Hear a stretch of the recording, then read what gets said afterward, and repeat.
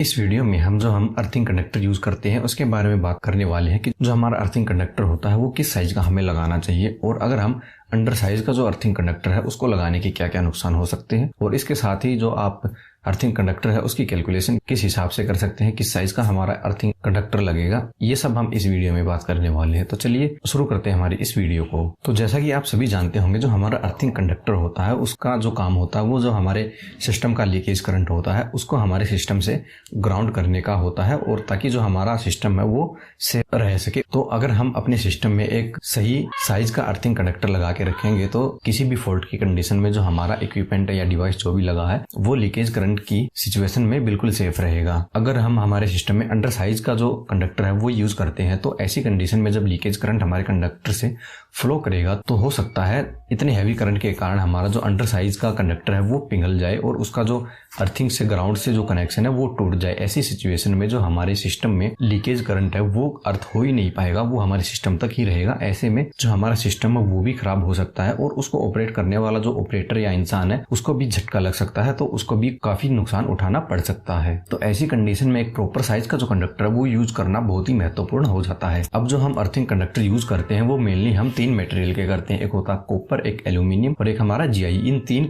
Material के जो earthing conductor है वो हम यूज करते हैं। तो जो हम अर्थिंग कंडक्टर यूज करते हैं उसका साइज निकालने के लिए वैसे तो एक फॉर्मूला होता है, उसकी मदद से आप इसको निकाल सकते हैं, लेकिन अगर आप फॉर्मूले की मदद से नहीं निकालना चाहते हैं तो हम आपको एक थंब रूल बताने वाले हैं। थंब रूल के साथ साथ हम आपको फॉर्मूला भी बताएंगे कि आप किस तरीके से इन दोनों की मदद से आप अपने अर्थिंग कंडक्टर का जो साइज है वो प्रॉपर निकाल सकते हैं। तो मान लीजिए हमारी कोई एक डीबी है, उसके लिए हमें अर्थिंग कंडक्टर यूज करना है और उस डीबी का जो हम मेन वायर लेके आ रहे हैं वो मेन वायर 10 स्क्वायर mm का है। तो 10 स्क्वायर mm का उसमें मेन वायर वहां पे हमारा आ गया जो फेस में हम यूज कर रहे हैं।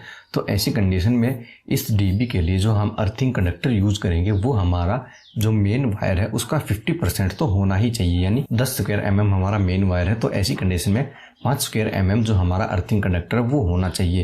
यानी 5 स्क्वायर mm से नीचे का हम अर्थिंग कंडक्टर अगर इस कंडीशन में यूज करेंगे तो ऐसी कंडीशन में उसको हम अंडर साइज कंडक्टर कहेंगे। तो ये तो था थंब रूल, हमारे मेन कंडक्टर का 50% यूज हमें करना है अर्थिंग कंडक्टर में। तो अब करते हैं फॉर्मूले की बात। जो फॉर्मूला हमारा है अर्थिंग कंडक्टर साइज निकालने के लिए वो फॉर्मूला है √I²SC, यानी ये हो गया हमारा शॉर्ट सर्किट करंट गुणा टी मतलब क्लियरेंस टाइम, यानी कि हमारा फॉल्ट कितनी देर में क्लियर हो जाता है या हमारे जो सेफ्टी लगी है हमारे सिस्टम के अंदर वो फॉल्ट आने के कितनी देर के बाद एक्टिवेट हो जाती हैं। और इनको हमें भाग करना है के।